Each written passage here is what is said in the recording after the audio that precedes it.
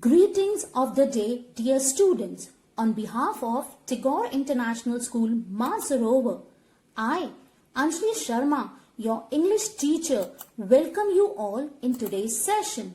Today, we'll be talking about tenses. An understanding of verb tenses will make you into a time wizard with the ability to control the past, the present and the future with your words. As tenses is nothing more than the ability of words to situate themselves in time, specifically in 3 time zones, that is the past, the present or the future. Now, what do we understand by verb tenses? Verb tenses tell us when an action is taking place. There are 3 main verb tenses: present, past and future. To begin with, present tense help us to indicate an action that is happening right now. We use the base form of the verb for plural nouns and pronouns, whereas we add s or es for singular nouns or pronouns. For example, we walk, or we may say he walks. As we refer to the past tense, it helps us to indicate an action that already took place. Usually, we add ed to the end of the verb. For instance, the cat jumped onto the bed. But some verbs are irregular.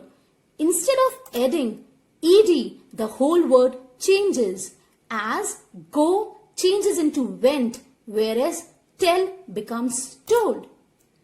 As we talk about future tense, it helps us to refer an action that is going to happen. Add the word will in front of the base of the verb. For example, they will talk later.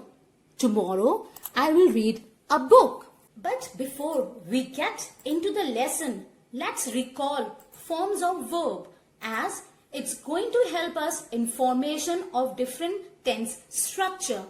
There are 5 forms, as V1 stands for the base or the root form of the verb, whereas V2 is the simple past form, V3 is past participle, and we have verbs with S or ES forms and verb with ing form. For example, play is the root form of the verb which changes into played in past and past participle respectively, whereas with S form it becomes plays and with ing it becomes playing. Now let's have a look over an irregular form of a verb. Go. Go changes into went and gone as past participle and past form. Simple present tense and understand its structure along with the example in 3 different forms.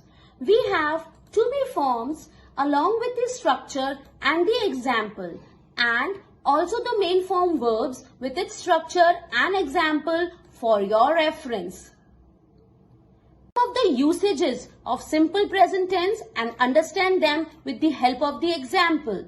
So, simple present tense help us to refer general truth. For example, the sun rises in the east. It also helps us to indicate habits such as I play badminton every day. It helps us to refer to future timetables. For example, our train leaves at 9 a.m. It helps us to indicate permanent situations. He works in a bank.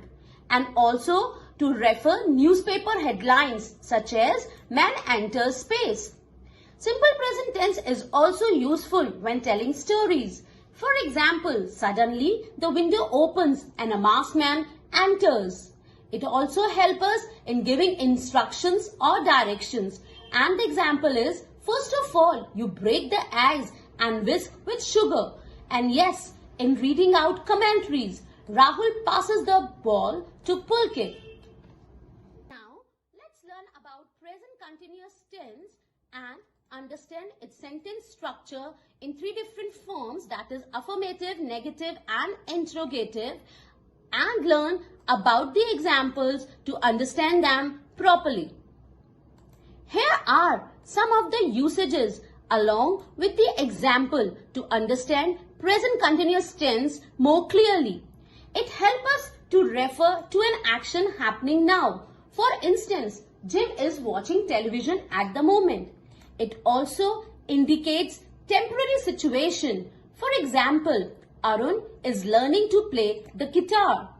It helps us to indicate changes taking place now. For instance, pollution is causing global warming. Present continuous tense help us to refer to talk about planned action, and the example is they are flying to the USA next month. Here is a chart of present simple and present continuous tense with all the forms to understand them thoroughly. We must choose carefully among the various forms when selecting the proper verbs to go with our subject, as singular subject requires singular verb and plural subject requires plural verb. With this, we wind up with the session today and continue learning tenses through our next tutorial. Thank you all. Thank you for being good listeners.